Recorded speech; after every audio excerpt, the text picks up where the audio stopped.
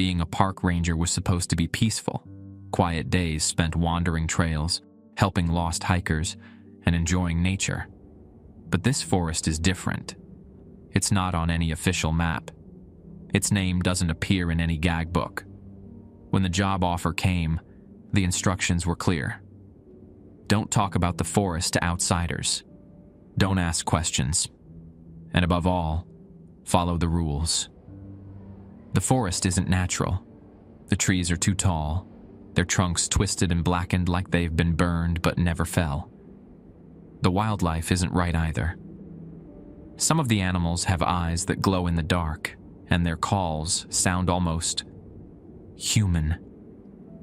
When I arrived, I was given a laminated card with the rules printed on it.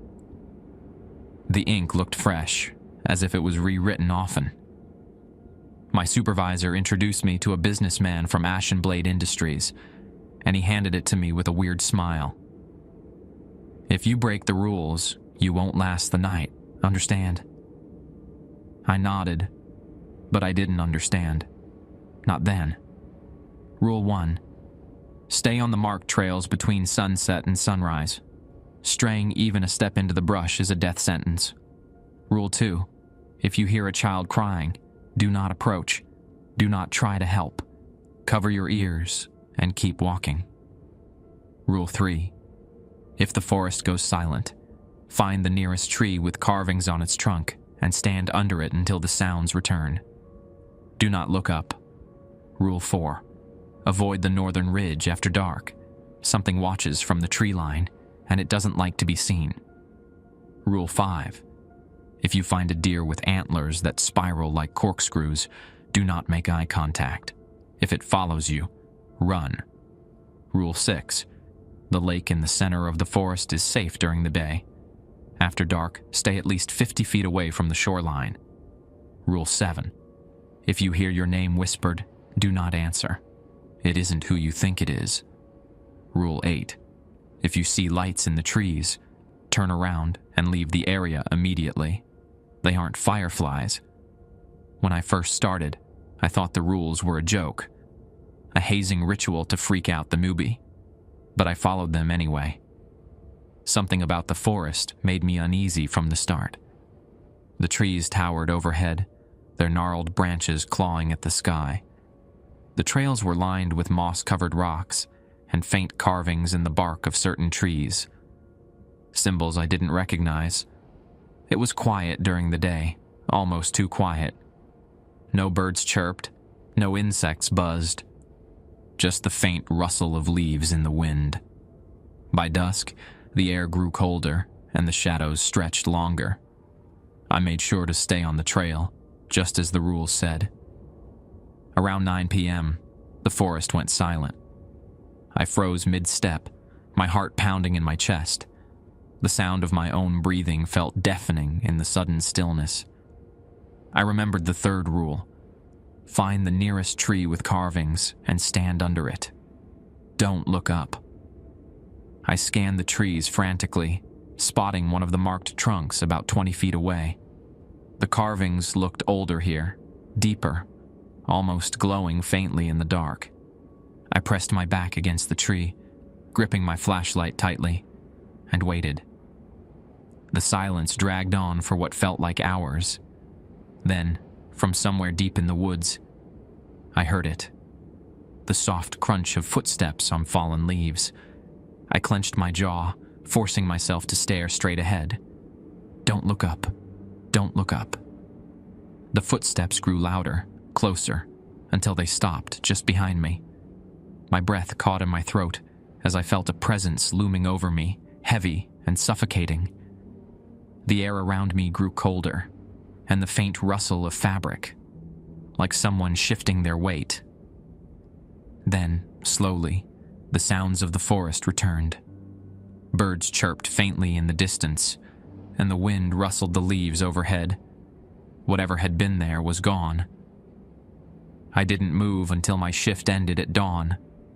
The second night started quietly enough. I stayed on the trails, keeping my flashlight low to avoid attracting attention.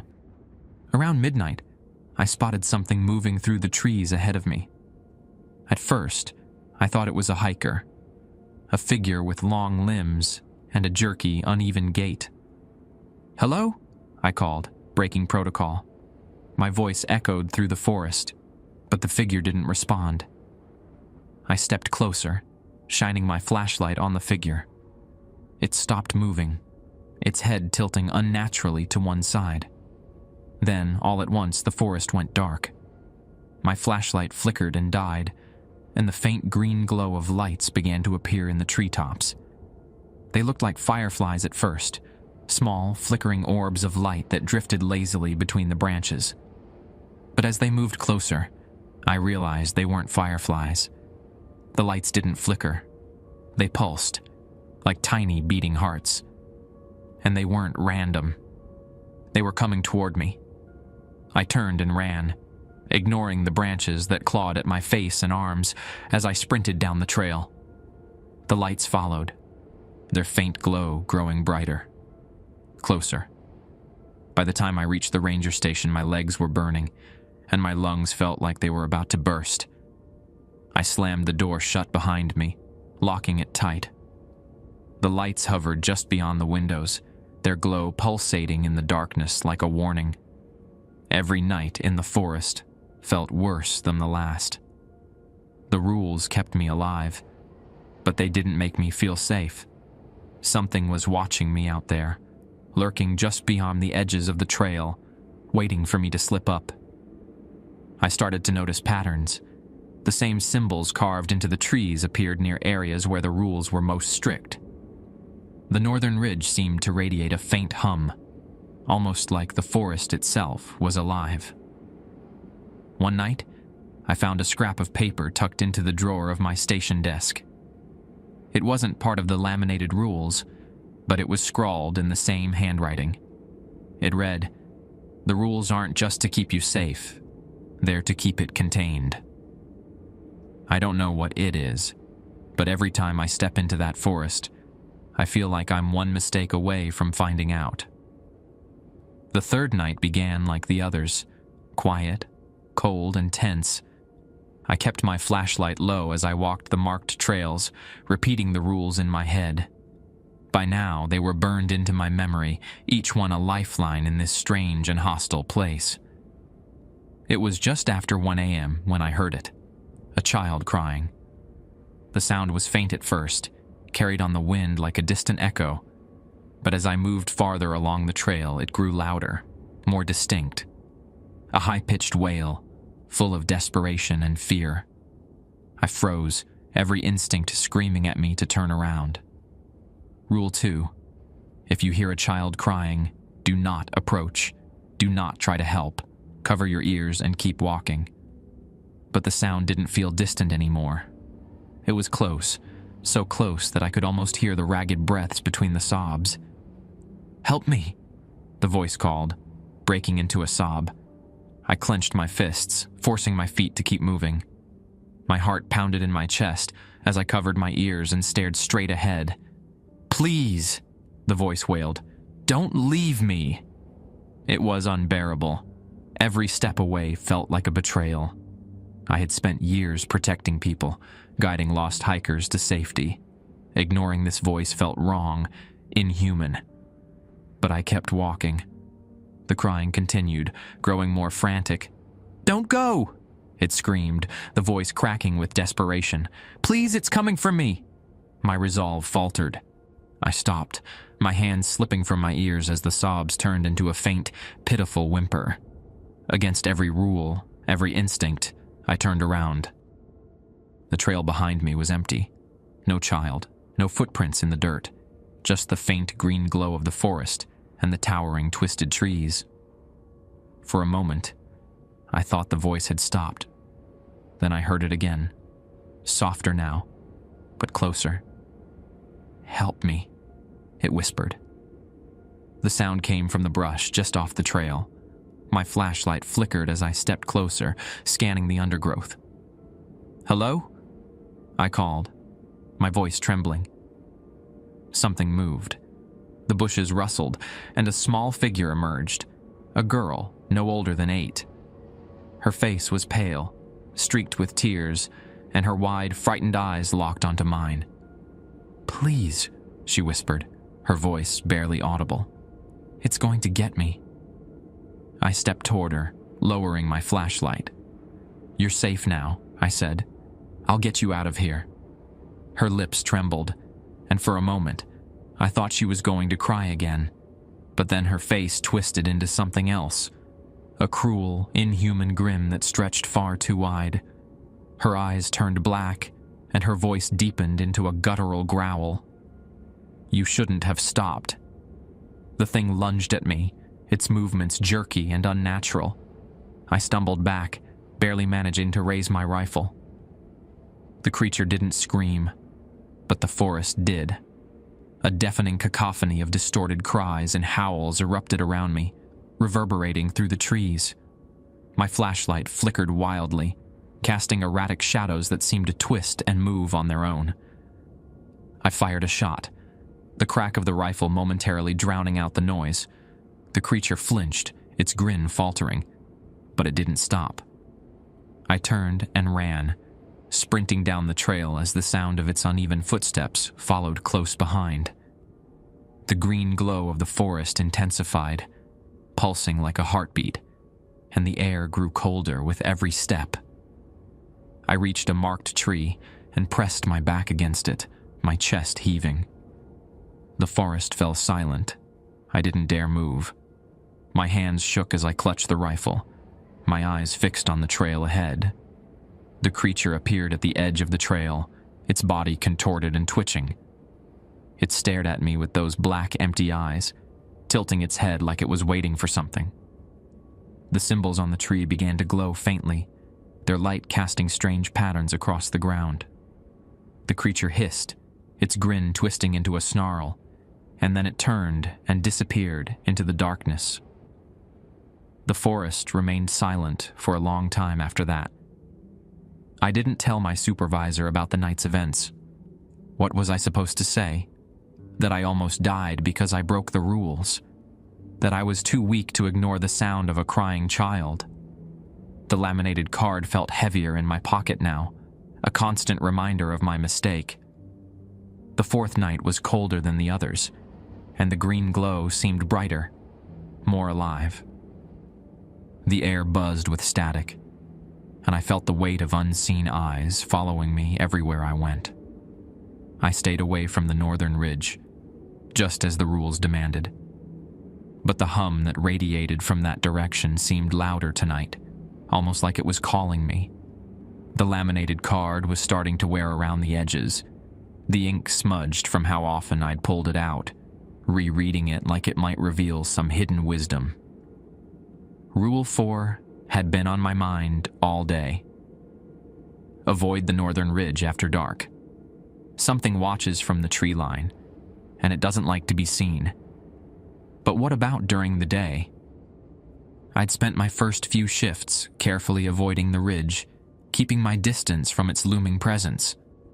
But after my encounter with the crying child, or whatever it was, I felt like the rules were deliberately withholding something.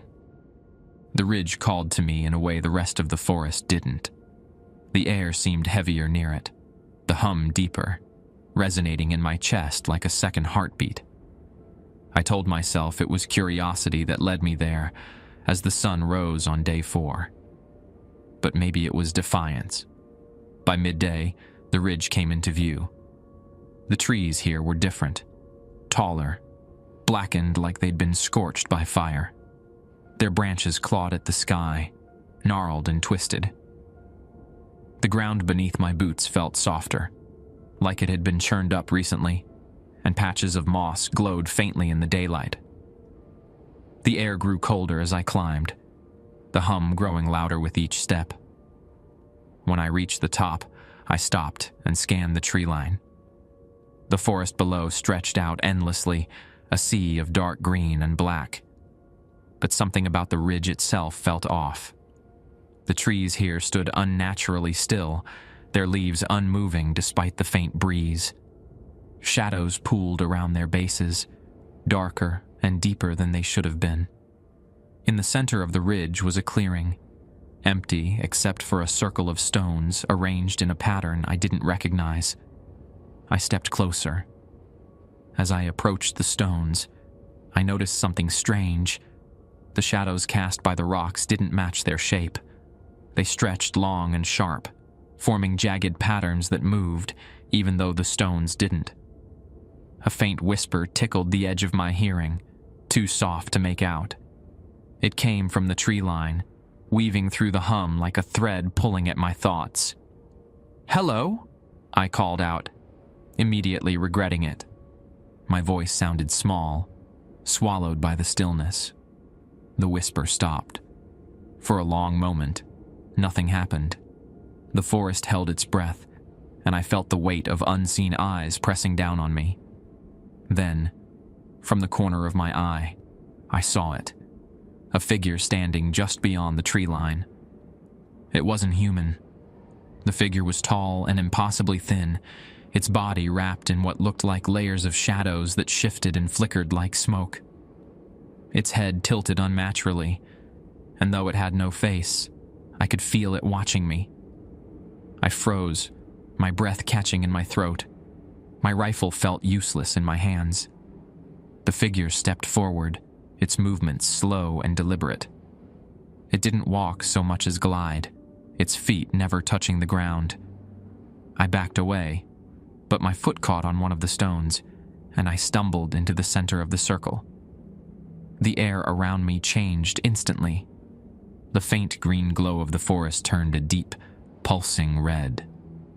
The figure stopped at the edge of the circle, its body twisting and contorting like it was testing the boundary. The whispers returned, louder now, overlapping voices that spoke words I couldn't understand.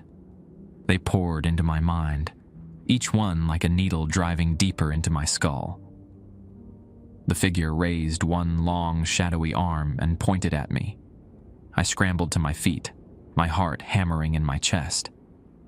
The whispers grew louder, more insistent, and the shadows at the edge of the circle began to move, creeping toward me like living things. I ran.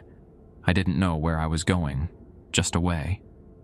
The hum followed me, growing fainter with each step, but the whispers didn't stop. They clung to me, echoing in my mind like a broken record. When I reached the base of the ridge, I collapsed against a tree, gasping for breath. The forest around me was quiet again, but the air still felt heavy, charged with static. I pulled out the laminated card, my hands shaking. The rules stared back at me, stark and unyielding. Rule 4: avoid the northern ridge after dark. Something watches from the tree line, and it doesn't like to be seen. I had broken the rule during the day, and it had still found me. That night, I couldn't bring myself to go back into the forest. I stayed in the ranger station, watching the tree line from the safety of the window. But the forest didn't forget.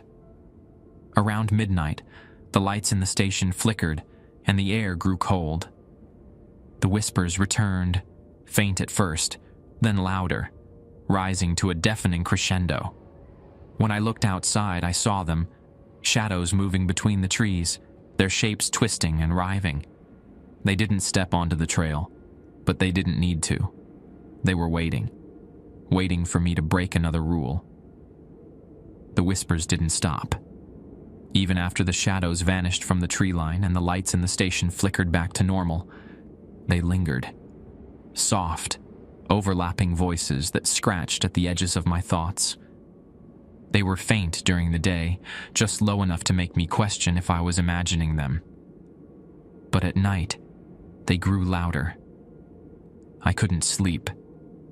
Every time I closed my eyes, I saw the figure from the ridge, its elongated limbs, its faceless head tilted as though it was waiting for me to return. The weight of its gaze followed me everywhere, even in the safety of daylight. And the forest didn't feel the same. The hum was different now, sharper, angrier. The green glow that seeped through the grates at night pulsed faster, its rhythm uneven, like a heart that couldn't settle. The marked trees I once found comforting now seemed to loom over me, their carved symbols twisting into shapes I didn't recognize. It happened 3 nights after I broke the rule. I was patrolling the southern trail near the lake when the whispers came back, louder than ever. They weren't faint anymore. They were inside my head, burrowing into my thoughts like insects. You shouldn't have gone there. The words weren't clear at first, buried in the cacophony of voices. But as I walked, they began to take shape, repeating over and over until they drowned out everything else. You shouldn't have gone there. I froze in the middle of the trail, gripping my rifle tightly. My flashlight flickered, the beam cutting erratically through the darkness. The forest around me was silent. I turned slowly, scanning the trees. For a moment, everything seemed normal. Then I saw it, a shadow, long and thin, standing just beyond the edge of the trail. It didn't move. It didn't make a sound. But I knew it was watching me. "Stay back," I whispered, my voice trembling. The shadow tilted its head, the movement slow and deliberate. My flashlight flickered again, and in that brief moment of darkness, it was gone. The next morning, I noticed something strange. I was in the ranger station bathroom, splashing cold water on my face, when I caught a glimpse of my reflection. At first, I thought it was just the shadows under my eyes, dark circles from too many sleepless nights. But when I looked closer, I saw it. A faint black mark just above my collarbone. It wasn't a bruise. It wasn't dirt. The mark was sharp and angular, like the carvings on the trees. I scrubbed at it furiously, but it didn't budge. It didn't even hurt. If anything, it felt cold, like it wasn't part of me at all. The whispers came back that night, louder than ever. The following night, I avoided the trails completely. I stayed locked in the ranger station, clutching my rifle like a lifeline, and watching the tree line through the window. The shadows returned just after midnight. They moved slowly, gliding between the trees with the same unnatural grace as the figure on the ridge. There were more of them now, dozens, maybe more, and they were getting closer. The whispers scratched at my mind, growing louder with every passing minute. My head throbbed, and my vision blurred as the voices overlapped, repeating the same phrase over and over. You broke the rules. You broke the rules. You broke the rules. The shadows stopped just beyond the edge of the clearing around the station. For a moment, everything went still. Then, one by one, the lights in the station began to flicker. The temperature in the station plummeted.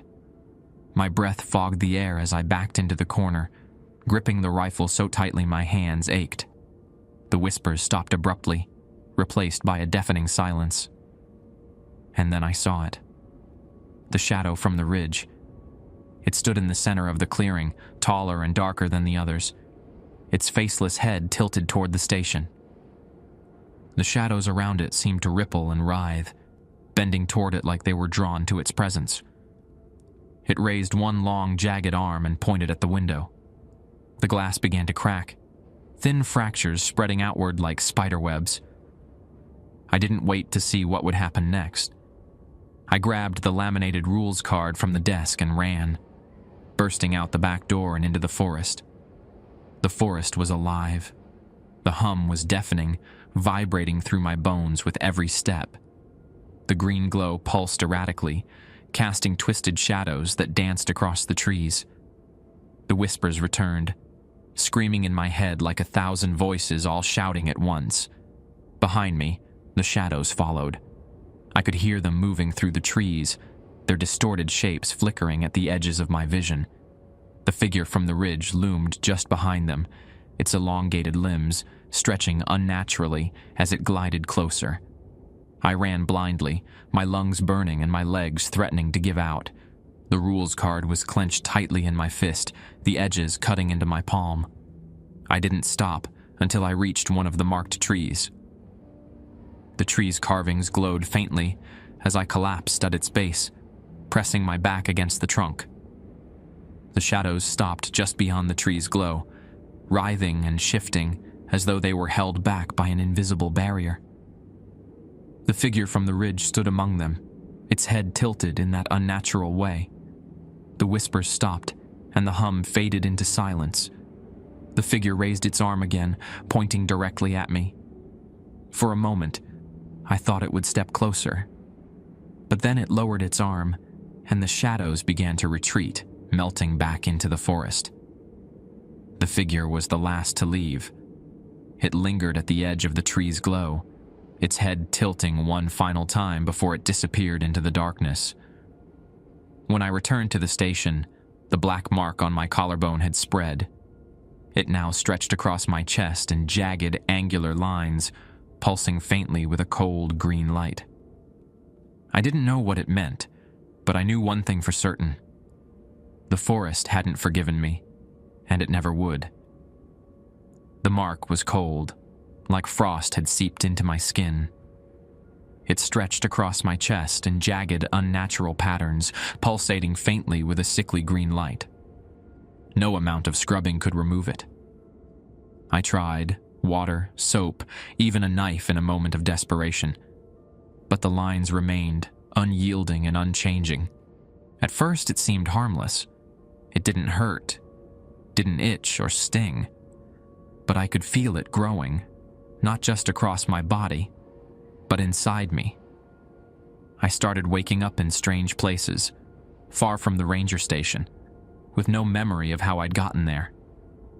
My thoughts were harder to hold on to, like they were slipping through my fingers. The forest was in my dreams now, twisting trees, glowing lights, and that figure from the ridge, always watching. The whispers followed me into my sleep, weaving through my mind like vines, choking out any peace I might have found. The forest became stranger after the mark appeared. The trails I'd walked 100 times didn't lead where they should. I'd turn a corner expecting the lake and find the ridge instead. The trees seemed to move when I wasn't looking, their gnarled branches bending and twisting into shapes that resembled faces. The animals weren't the same either. The deer's antlers spiraled more sharply, and their glowing eyes lingered on me longer than before. Birds perched silently on branches, their heads cocked at unnatural angles, watching. The rules still worked, for now. But they felt thinner, like a thread stretched to its breaking point. I wasn't sure how much longer they would protect me. One morning, my supervisor arrived unannounced at the station. His face was pale, his eyes hard. He looked at the mark on my chest without asking, and nodded grimly, as if he'd seen it before. "You've been touched by the forest," he said. His voice was flat, devoid of sympathy. "It happens to those who break the rules." "What does it mean?" I asked, trying to keep the panic out of my voice. He didn't answer right away. Instead, he pulled out a fresh laminated card and slid it across the desk toward me.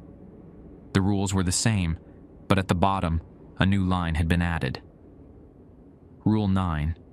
The marked, "Do not leave." I stared at the words, my stomach turning. What happens if I leave? He gave me a long, measured look. "You won't make it past the tree line." The mark grew worse as the days passed. The green light pulsed brighter, and I started hearing the hum of the forest, even when I wasn't inside it. It followed me into the station, into my thoughts. One night I woke up standing in the clearing on the ridge, the circle of stones glowing faintly beneath my feet. I didn't remember walking there. My flashlight and rifle were gone, left behind at the station. The figure from the ridge was there, waiting just beyond the tree line. "You're part of it now," it whispered, its voice like dry leaves rustling in the wind. "You belong to us." I ran, but the forest didn't let me go. Every path led me back to the ridge, the stones brighter with each return. The shadows followed me closer now, their shapes flickering at the edges of my vision even during the day. The animals watched me with glowing eyes, their movements eerily synchronized, like they were part of something larger. On my final night in the forest, the whispers were deafening. The hum was a roar, the green glow pulsing like a heartbeat. The laminated rules card sat on the desk in front of me, its edges frayed from use. The words blurred and shifted, and for the first time, I saw them for what they really were. Warnings. Not just for survival, but to keep something contained. The mark on my chest burned cold, spreading across my arms and neck like vines. I could feel it pulling me, dragging me toward the ridge, toward the stones. I fought it for hours, clutching the rifle like it might anchor me, but my body wasn't mine anymore. At midnight, I stepped out of the station. The forest was alive with light. Green, pulsating, unnatural. Shadows twisted and danced, their shapes forming a path that led straight to the ridge. The figure was waiting in the clearing, its form larger now, more defined. The tendrils of its shadow reached out to me as I stepped into the circle of stones. The whispers stopped. For a moment, there was nothing but silence. Then the stones began to glow brighter, and the hum grew louder, resonating through my bones. The figure tilted its head, and the mark on my chest flared with cold, searing light. My vision blurred as the ground beneath me cracked and split, a green rift opening where the stones had been. The last thing I saw before the darkness consumed me was the forest itself bending toward the rift, its trees twisting and reaching as though they were feeding it. I woke up in the forest, but it wasn't the same. The trees were darker, the sky a deep, endless green. The trails were gone, replaced by winding paths that shifted as I walked. I tried to speak, but no sound came out. I looked down and saw the mark, now covering my entire body, glowing faintly in the dark. In the distance, I saw lights flickering between the trees. Not fireflies, but shadows that glided through the forest like living things. I wasn't a ranger anymore. I was one of them. And the forest wasn't just a place. It was a prison. A living, breathing entity that had claimed me as its own. Now I wander its paths, watching and waiting, just as the shadows had watched me. When the next ranger arrives, I'll be there, standing at the edge of the tree line, waiting for them to break the rules, because the forest never lets you leave.